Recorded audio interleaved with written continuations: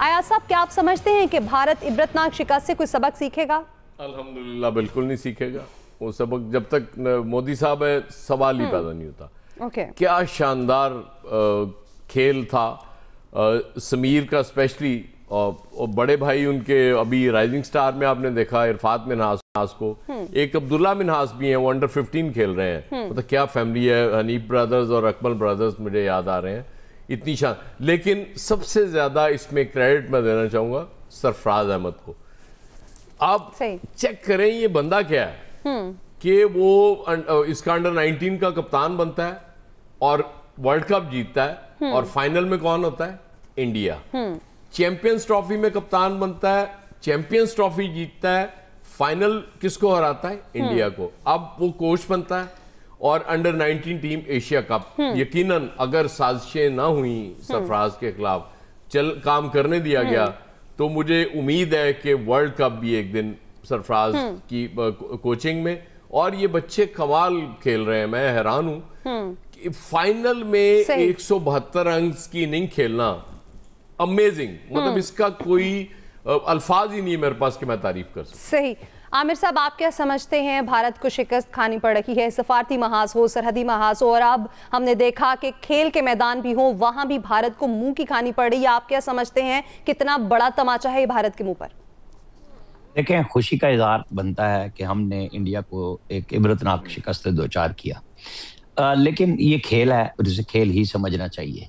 हम इसमें भी जो जंग और फतह का तस्वुर दूसरा लेते हैं, जाहिर है हम असल में इतनी हमें अच्छी फतूहात मिलती नहीं है, खास तौर पे इंडिया के मुकाबले में। इस तरह जिस तरह हमने हराया तो जश्न बनता है, वो बना लिया। लेकिन आमिर साहब, हम तो इसे जेंटलमैन गेम ही समझते हैं, भारत रहने नहीं देता।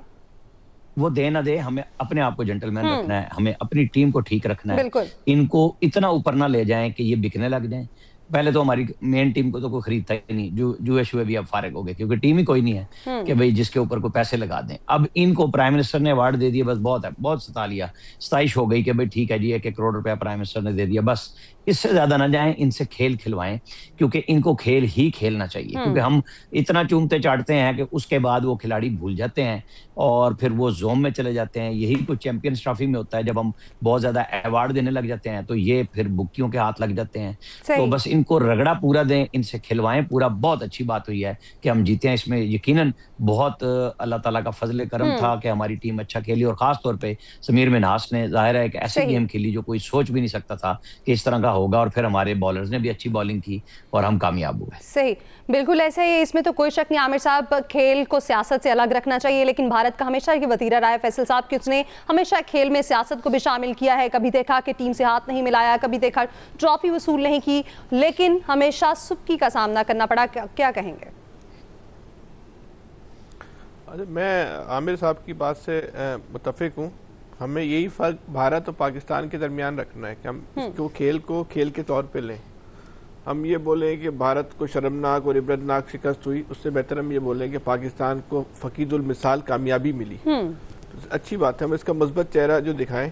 वैसे ही भारत ने वर्ल्ड कप जीत जाता तो उसको फायदा क्या होता? ट्रॉफी तो फिर भी उसको मोहसिन नकवी से लेनी पड़ती। अच्छा ही हुआ भारत की जो है ना उसको ट्रॉफी बच गई, वरना तो उसके पास भी नहीं जाती। हम तो वो लोग हैं जो ना भी जीते ना फिर भी ट्रॉफी हमारे पास आ जाती है। हमारी तो अल्लाह ताला की तरफ से भी मेहरबानी है। जहाँ तक कल की टीम है, टीम जो है वो बहुत बेहतरीन खेली है, ज़बरदस्त टीम ने जो है परफॉर्मेंस किया। लेकिन टीम अच्छी खेलती है ना तो हम बोलते हैं भाई सब कुछ अच्छा लगने लगता है, हरा हरा लगने लगता है, रंगीन रंगीन लगने लगता है जी। ये टीम जब खराब खेलती है तो फिर हम दुनिया का कोई भी इल्ज़ाम इस टीम पे लगाने से जो है ना गुरेज नहीं करते। बिल्कुल।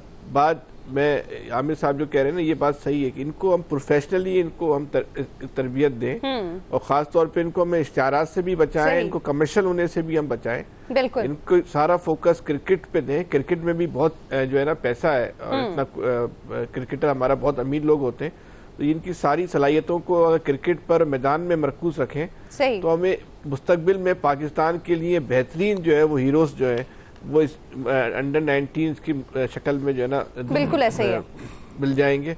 और आने वाला वक्त पाकिस्तान में एक रोशन क्रिकेट की जो है, कल का जो मैच बता रहा है कि हमारा जो क्रिकेट का जो आने वाला वक्त है वो एक रोशन है। हमें बिल्कुल ऐसा ही है फैसल साहब, और इसी तरह खेल ही जो है वो अमन का पैगाम पाकिस्तान देता रहेगा, जो कि कई दिहाइयों से कोशिश की जा रही है। इसी पर बात करेंगे ब्रेक के बाद।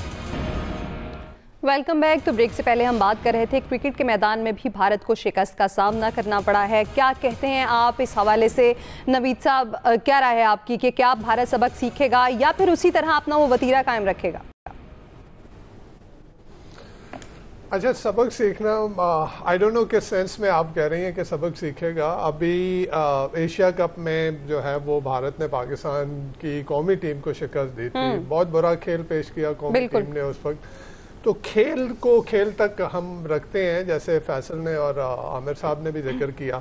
बुरा खेल हमने खेला था एशिया कप में, हम हार गए, हमारी कौमी टीम हार गई। अब भी अंडर 19 में अच्छा खेल पेश किया और जीत गई हमारी टीम, जो एक बहुत खुशकुन चीज़ है कि जो पाकिस्तानियों के लिए जो क्रिकेट से बहुत लगाव है उनका। लेकिन यहाँ पे जो मजे की चीज थी वो बीसीसीआई की यानी इंडियन बोर्ड की तरफ से जो ट्वीट किया गया पाकिस्तान की फतह के ऊपर, वो बहुत इंटरेस्टिंग चीज थी कि उसमें पाकिस्तान का जिक्र तक नहीं किया। ये कहा कि इंडिया की अंडर 19 जो है वो फाइनल में हार गई, ये जिक्र नहीं किया कि किससे हारी है। और उस पर फिर जिस तरह से सोशल मीडिया पे उनकी जो है वो खबर ली गई उसके ऊपर कि जी किससे हारी है, ये भी तो बताएं। तो इससे एक चीज वाजे होती है अमन के, वो जो हम कह रहे थे ना कि वो एशिया कप में भी के हाथ नहीं मिला रहे थे, ट्रॉफी नहीं ले रहे थे, और इंडिया की तरफ से ये आ रहा था कि ये खिलाड़ियों का इंडिविजुअल फेल है कि जो जंग हुई थी ऑब्वियसली उसमें जो शिकस्त हुई इंडिया को, उस पे शायद जो है वो उनका इंडिविजुअल फेल है। लेकिन ये जो बीसीसीआई का ट्वीट आता है, इससे ये चीज वाजे हो जाती है कि ये उनका इंडिविजुअल फेल नहीं था, ये बोर्ड के लेवल पे यही मेंटालिटी है, यही एक टॉक्सिक मेंटालिटी है, यही एक कम्युनल मेंटालिटी है जो कि मेरे ख्याल में इंडिया को पीछे, जो इंडिया इतना बड़ा मुल्क है, इतनी बड़ी पॉपुलेशन, इतना बड़ा इकोनॉमिक पोटेंशियल, उसके पड़ोस में चाइना को देखें कहां से कहां चला गया, इंडिया वहीं पे बैठा हुआ है। रीजन उसका क्या है कि इंडिया का वो जो सेकुलर उसका जो चेहरा था उसको बिगाड़ दिया मोदी साहब ने। मोदी साहब आए और उन्होंने आके वो इंडिया को उसका एक कम्युनल चेहरा दुनिया को दिखाया कि जी ये एक हिंदू स्टेट है, ये एक सेकुलर स्टेट नहीं है। और हिंदू स्टेट में ऑब्वियसली आपको एक दुश्मन चाहिए जो कि आपने अपने अवाम को दिखाना है, और वो उसको पाकिस्तान की शक्ल में बार बार दिखाते रहते हैं। तो ये मेंटालिटी खेलों में भी आ गई मोदी की गवर्नमेंट के अंदर। बिल्कुल, हम इसी मेंटालिटी की बात कर रहे थे कि आखिर भारत की मेंटालिटी कब चेंज कर सकेगा, क्योंकि खेल एक जेंटलमैन, क्रिकेट एक जेंटलमैन खेल है, अमन का पैगाम जाता है खेलों के जरिए, लेकिन उसमें भी भारत इस तरह का टॉक्सिक रवैया रखता है। इलियास साहब, क्या कहेंगे आप? देखिए, भारत का हमेशा रवैया, आप पहले भी देख लें कि मैच में खेलते हुए उनके खिलाड़ी हर तरफ के करते हैं। प्रोफेशनल होने की उनमें जो बात कहा जाता है वो प्रोफेशनल तो है नहीं है, उनमें हमेशा जेलसी रहती है। उन्होंने हमेशा पाकिस्तान को नीचा दिखाने के लिए बिल्कुल भरपूर तरीके से कोशिश की, चाहे अच्छा खेल पेश किया जा रहा हो, लेकिन उनमें लड़ाई झगड़ा, ये आज से नहीं पुरानी बातें हैं ये सारी। लेकिन हमारे बहरहाल जो खिलाड़ी हैं उन्होंने एक दफ़ा साबित किया है कि जो हमारा नया टैलेंट है वो बहुत बेहतर अंदाज से उन्होंने परफॉर्मेंस दिखाई है। अपना पेशावर खिलाड़ी हैं जो हैं, और उनका कॉन्फिडेंस लेवल है जो है कि उन्होंने ज़रा नहीं अपने स्पोर्ट्समैन स्पिरिट, और जो होता है कि जो खिलाड़ी होना चाहिए जिस तरह के जैसा भी खेल हो उसमें उनका जो है वो अपना कॉन्फिडेंस लेवल बराबर रहता है। तो उन्होंने भरपूर तरीके से भारत को एक शिकस्त दी है।